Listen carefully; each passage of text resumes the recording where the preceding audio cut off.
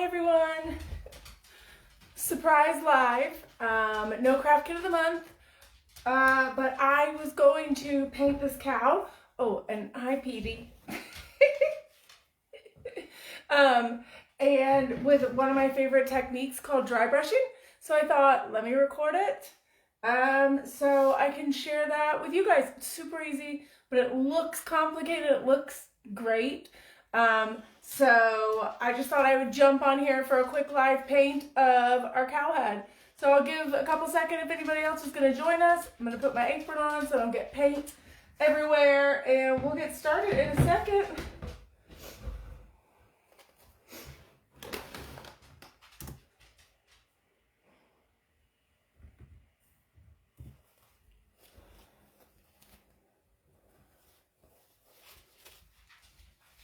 So y'all can just jump on and say hello. I don't expect anybody to be following along with me because this was not planned. It's not a craft kit of the month or anything. So I just wanted to show you this. And I'm going to try to be doing more of this year. I enjoy it. Plus, I enjoy letting y'all see how simple some of these DIY kits and things can be, so that you feel empowered to do it yourself. So that's why I decided to jump on here. Plus I can save these videos, and I'm going to start working on adding videos to a YouTube channel so that I have like searchable videos. So if someone gets a DIY kit from me, they can go to my YouTube channel and find all sorts of videos there. So this one is actually not quite listed yet. I did this design for a friend of mine, Amanda, who loves cows. It also has a little ear tag that's going to get glued on here, but I don't have it here with me. But basically, this one's just going to have a dry brush paint technique to look pretty, and then I'm going to put a big old bow at the top. I'm not putting a welcome or a hey y'all or any of that on it. I think on the little ear tag that I've got, I'm going to put a small little hey y'all or something on it. But we're going to keep this one real simple, like I said. I'm going to put like a word across it. But I am going to dry brush it. When I dry brush, I like to do a minimum of 2 additional colors, sometimes 3. 3 if I'm wanting like a pop of another color, like a red or a turquoise or a teal or a purple or lavender. So what I'm doing for my dry brushing is I'm going to add a little bit of this coffee, Anita's acrylic craft paint, and Rainy Day Gray. So those are my 2 kind of like base, like they're just nice little neutrals. And then I wanted to do a pop of color, and I'm doing it with Light Turquoise by Anita's acrylic craft paint too. And all you need for dry brushing is any sort of kind of wiry brush. This one's a wide one. You could use much skinnier, but just wiry meaning like it's got kind of split ends, right? Like it needs a haircut. Because we're wanting to get a real wispy kind of look here. So you're looking for a brush that's just kind of got like frazzled ends, that sort of thing. And we've done this technique in 1 or 2 craft kits of the month. So if you've been a craft kit of the month for a long time, you may have gotten a brush that has a little metal shaft on it, and the end is like a little wire brush. And I like using that one too. All right, so get someplace to dip the paint off. I'll start with this coffee colored one, and you need very little paint for dry brushing. Whoops, this one does not have a squeeze top. Hate these without squeeze tops. Like, come on, Anita's craft paint, what are y'all thinking? Hi, Pete. Pete's back. Really wants to be on camera, don't you, bud? Yeah. Okay, so now that I've made a somewhat mess of it, always have a paper towel on hand. Otherwise, that paint ends up everywhere it doesn't need to be. So I've got just a little bit of that coffee color paint. I'm going to dip the end of my brush in it. But then, either on a paper towel, or on, another part of where you're painting, I am going to dab majority of that off.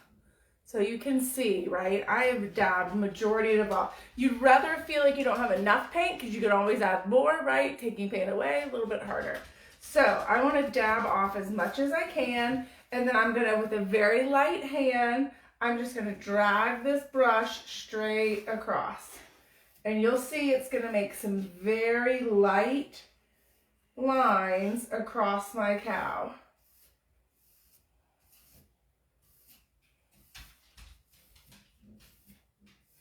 And you can kind of switch directions. You might have some paint on this side of the brush and not on that side of the brush.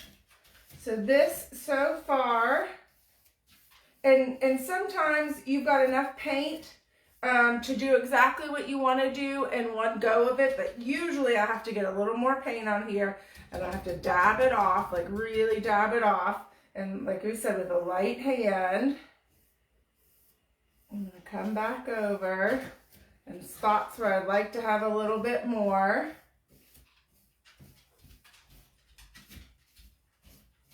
All right, let me see if you can get kind of like a little close-up effect here so you can see. Oh, can you see that?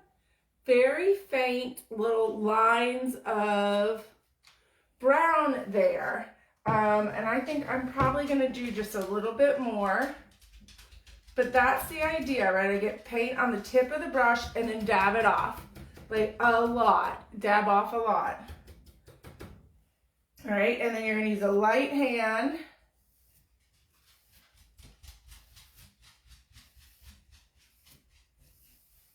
to go across our little cow head here. But this just adds great dimension to any door hanger you're doing. So if you get one of my round kits or whatever, you can do it on the back of the round. If you haven't seen today on the main page, just the Julie's Woodcrafts page, not our DIY Divas group, I've dropped some new designs, and some of those are a little bit simpler. Like I've got the state of Georgia with welcome to our home, right? This would be a great technique to do on the backer, whether you choose the state of Georgia as the back, or if it's a round, or if it's a square. This is just an awesome technique to give it a little bit of dimension and have it look a little higher end, fancier, with really no like difficulty at all. So I'm gonna move on to the next color, which is gonna be Rainy Day Gray for me. So I'm gonna put just a little bit here. Then I'm gonna just wipe off the end of my brush with the brown, like on paper towel. I mean, it's not like there's much paint there anyways, right?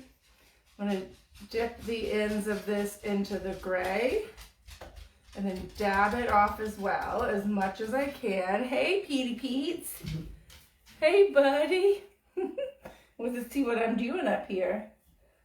Hey, buddy. All right, so now I've got gray on the end. I'm gonna do the exact same thing. Just a light hand, and I'm gonna go straight across. If you ever feel like your first stroke, there's like too much paint on it, go and dab some more off. If you feel like you really overdid it, you can always wipe the brush off completely and then come back with an actual dry brush and kind of smooth out the parts that you think you got too dark.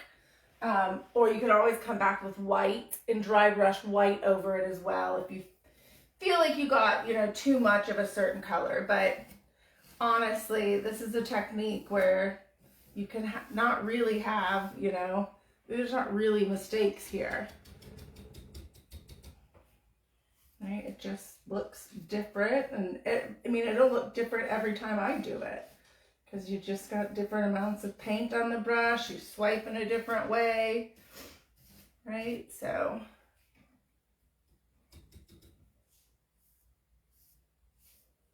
and I also try to, like, the first swipe of my brush, I try to be real light-handed with it so I can get a good sense of like, oh, did I leave too much paint on the brush? I think I am good with that. This Rainy Day Gray is great. It's such a good color. We use it on a lot of our stuff when we're using craft paint. Disclaimer, when you use craft paint, you will want to seal this with a clear sealer if you're putting it outside. So if you do use craft paint, on any of your, even though like the white that I had painted, this is a exterior house paint, so that would have been okay for outdoors, but now I'm using craft paint on top of it. So then we'll want to put a clear sealer. I use like Rust-Oleum 2X spray. All right, let's see if we can get you a close-up. This is what we're looking like so far. It's got some gray and brown tones in it. And we can decide if we want to do more or if we're happy like that. I think I'm going to do a little bit more of the gray. You can always come back and put more of that coffee color too.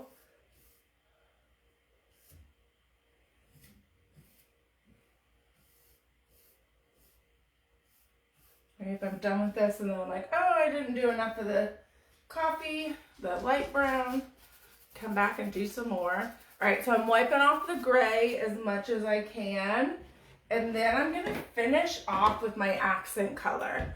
And this one you'll wanna be especially light-handed, like make sure you wipe off as much as you can.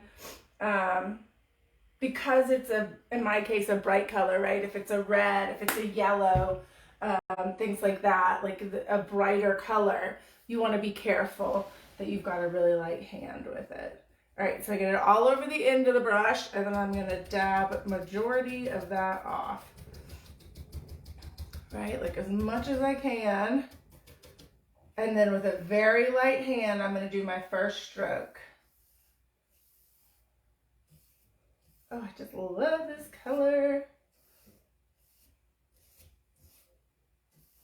And I know probably on the video you can't quite see it popping yet.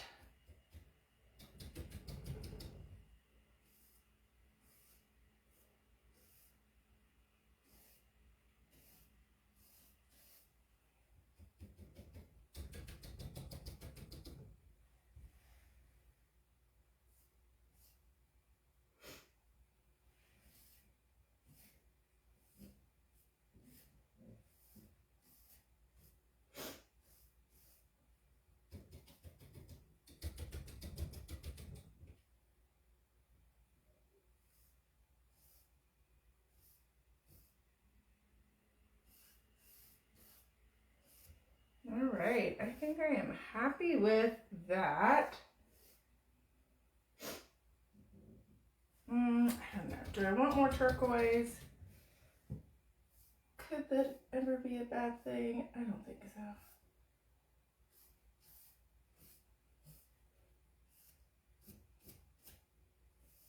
There we go, all right.